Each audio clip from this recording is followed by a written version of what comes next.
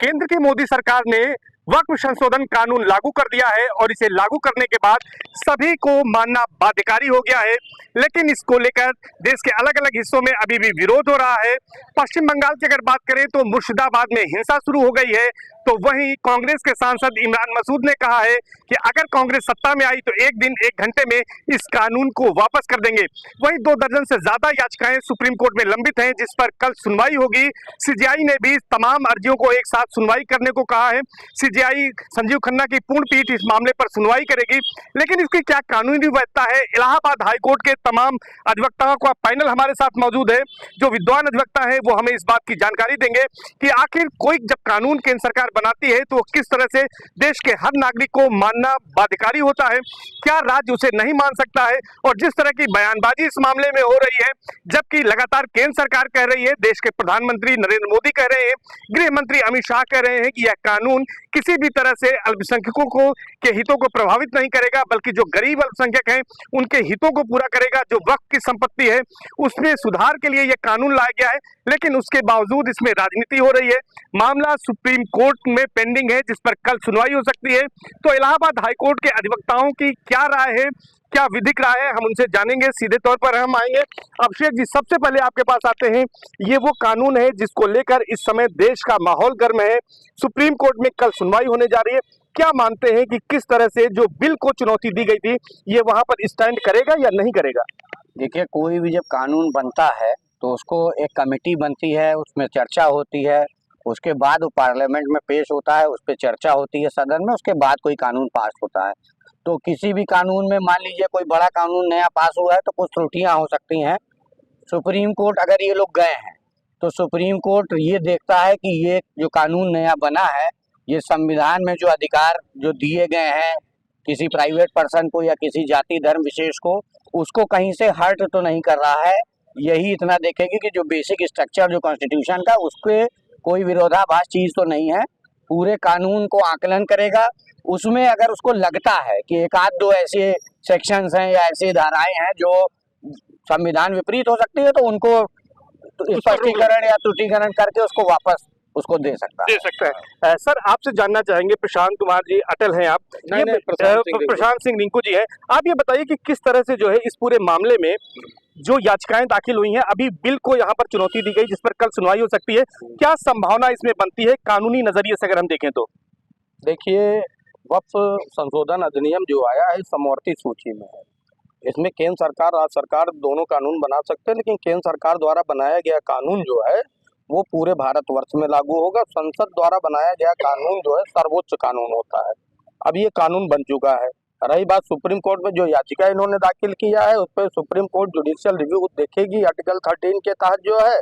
अगर उसे basic structure या फंडामेंटल राइट जो है आर्टिकल 21, आर्टिकल 19, 15, 14 जो भी आर्टिकल्स उसमें आते हैं, 300 राइट टू प्रॉपर्टी एक्ट, अगर उसमें बेसिक स्ट्रक्चर या फंडामेंटल राइट किसी का वायलेट होता है और अल्पसंख्यक लोगों से जुड़ा मामला है, अगर समीक्षा न्यायिक करेगी, अगर कहीं असंवैधानिक पाता है तो रद्द कर देगी, नहीं पाएगा तो ये कानून पूरे भारतवर्ष में लागू होगा और सबको मानना पड़ेगा। निश्चित तौर पर सुप्रीम कोर्ट अगर कोई अवैधानिकता पाता है, किसी तरह से किसी के जो राइट्स हैं, फंडामेंटल राइट्स हैं, उनका वायलेशन होता है, तभी इस पर रोक लगाएगा, नहीं तो यह कानून सबको मानना होगा। सबसे बड़ी बात है कि इसको लेकर विरोध हो रहा है।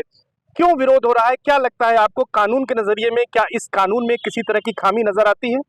देखिए, सबसे बड़ा तो विरोध वो लोग कर रहे हैं जो धर्म के ठेकेदार हैं, जिनका इस समय जो लाभ लेते थे उनका लाभ खत्म हो गया। ये निचले तबके के लोगों के लिए फायदे की चीज है और ये कानून बहुत ही अच्छा कानून है। और धर्म के ठेकेदारों के लिए ये है कि उनका काम खत्म हो गया है, अब ये सरकार तय करेगी।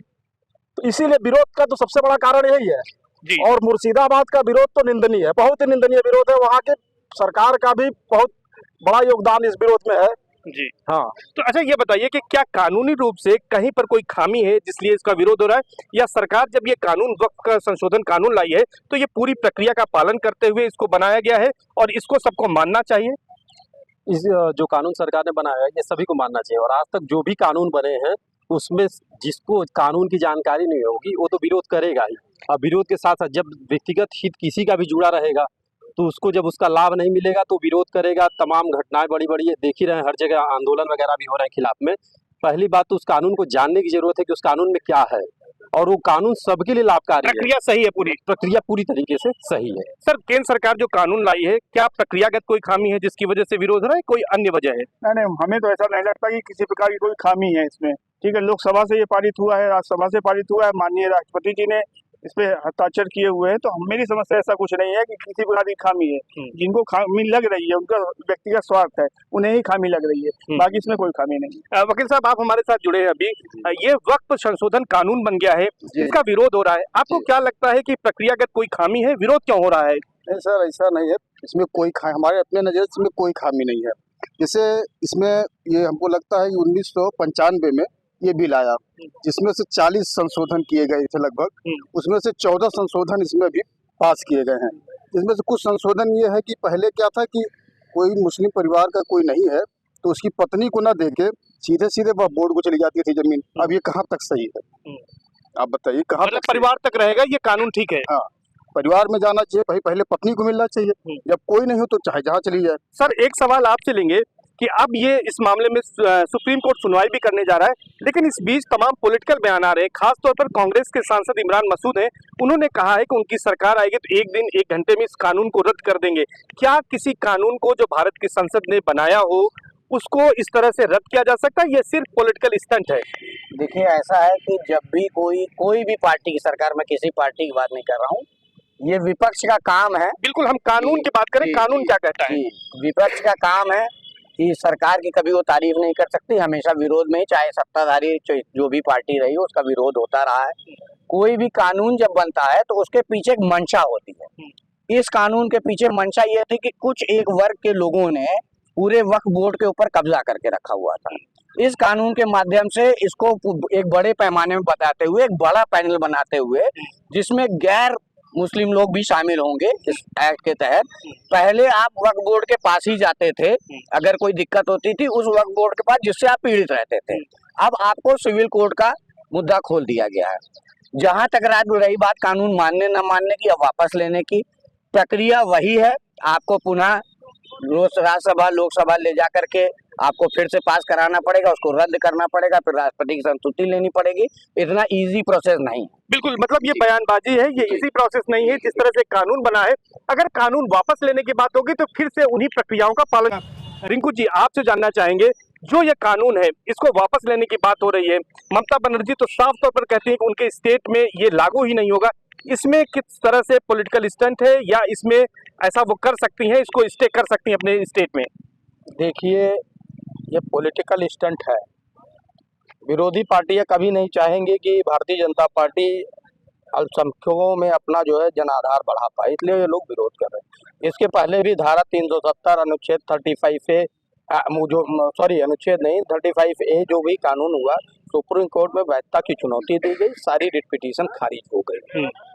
मेरे हिसाब से जो पॉलिटिकल स्टंट की बात है, पॉलिटिकल स्टंट ये समझिए कि वक्फ बोर्ड से सामंतवादी व्यवस्था को समाप्त कर दिया है वर्तमान सरकार ने, और समीक्षा जो है सुप्रीम कोर्ट द्वारा किया जाएगा।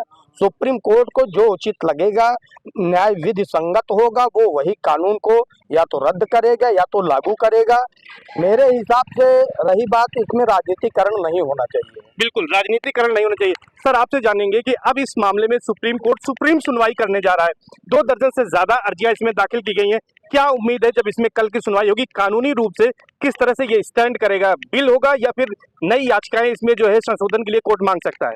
देखिए, सबसे पहले तो इन्होंने बिल को चैलेंज किया था, अब वो पूरी तरह कानून बन गया है, तो आपको उसको अमेंड करना पड़ेगा। कोर्ट कहेगी कि इसको चैलेंज करिए, अब कानून जो बन गया इसको चैलेंज करिए। आपने पहले बिल चैलेंज किया, सभी अर्जियां बिल चैलेंजिंग पे है, तो अमेंडमेंट तो इनको करना पड़ेगा सुप्रीम कोर्ट में, तभी सुप्रीम कोर्ट आगे की सुनवाई करे। जी सर, आपको क्या लगता है इस पूरे मामले में, जिस तरह से वक्फ कानून का विरोध हो रहा है, अब सुप्रीम सुनवाई इसमें सुप्रीम कोर्ट में होने जा रही है, किस तरह से ये अर्जियां स्टैंड करेंगी और सुप्रीम कोर्ट का क्या रुख हो सकता है इसमें? कानूनी नजरिया क्या है आपका? ये हमारे तरफ से तो ऐसी कोई त्रुटि नहीं है। जो बिल संशोधन पास हुआ है इसमें किसी प्रकार को उसमें सारी अर्जियां डिसमिस ही होगी। डिसमिस होगी। आपको क्या लगता है कि सुप्रीम सुनवाई में क्या कुछ हो सकता है इसमें?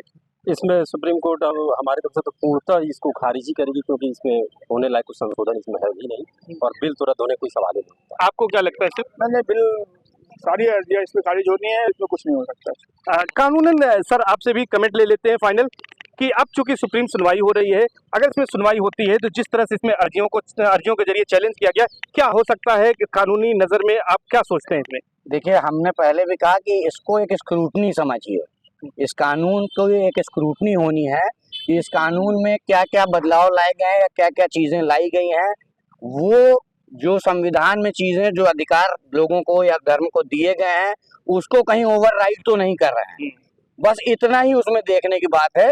बाकी 20 साल से मैं भी इस हाई कोर्ट में हूँ और तमाम हम लोग जजमेंट देखते पढ़ते रहते हैं, कई हम लोगों ने कराए भी हैं। इस सारी तौर पे इसमें सिर्फ यही चीज है कि संविधान के किसी अनुच्छेद का उल्लंघन ना हो, बाकी प्रक्रिया सब सही है। सर, आपको भी लगता है कि सुप्रीम कोर्ट में तमाम जो अर्जियां हैं वो खारिज हो जाएंगी? देखिए, ये तो सुप्रीम कोर्ट के ऊपर निर्भर करता है। अगर आपका फंडामेंटल राइट जो है, अल्पसंख्यक मामलों का फंडामेंटल राइट अगर कोई बेसिक स्ट्रक्चर को टच करता है, सुप्रीम कोर्ट इंटरफियर कर सकता है। अगर वो जुडिशियल रिव्यू में कोई गलती नहीं पाता तो रिट पिटीशन तुरंत खारिज कर देगा। तो निश्चित तौर पर इलाहाबाद हाई कोर्ट के जो तमाम अधिवक्ता हैं, इनकी ये राय है कि जो ये कानून बनाया है केंद्र सरकार ने, ये प्रक्रियाओं का पालन करते हुए ये कानून बनाया गया है, जो कि देश के हर नागरिक को के लिए मानना बाध्यकारी है। और इसके साथ साथ जो इसमें तमाम राजनीतिक दल ऐसे बयानबाजी कर रहे हैं कि इस कानून को सत्ता में आते ही तुरंत वो खत्म कर देंगे, ऐसा भी नहीं किया जा सकता है। अधिवक्ताओं का ये कहना है जो प्रक्रिया कानून बनाने के लिए अपनाई गई थी, वही प्रक्रिया फिर से अपनाई गई है। जहां तक सुप्रीम कोर्ट में इस बिल को चैलेंज करने की बात है, अधिवक्ताओं का ये कहना है, कानूनी राय ये है कि इस मामले में अगर संविधान के किसी अनुच्छेद का वायलेशन होगा या फिर किसी भी धर्म विशेष के फंडामेंटल राइट्स का वायलेशन होगा, उसी स्थिति में सुप्रीम कोर्ट इसमें हस्तक्षेप कर सकती है। इसके साथ साथ अगर कानून में कहीं पर किसी तरह की कोई खामी होगी तो उसको वापस भेज सकती है सुधार के लिए, लेकिन कानून पूरी तरह से रद्द होगा ऐसा अधिवक्तागण नहीं मानते हैं। उनकी कानूनी राय यही है कि तमाम जो अर्जियां हैं वो चूंकि बिल को चैलेंज की गई है, उसे संशोधन के लिए सुप्रीम कोर्ट भेज सकता है और इसके साथ साथ इस मामले में तमाम अर्जियों को सुप्रीम कोर्ट खारिज कर सकता है और यह कानून बना रहेगा और देश के सब नागरिक को यह मानने के लिए बाध्यकारी होगा। सर्वेश दुबे, न्यूज़ 18, प्रयागराज।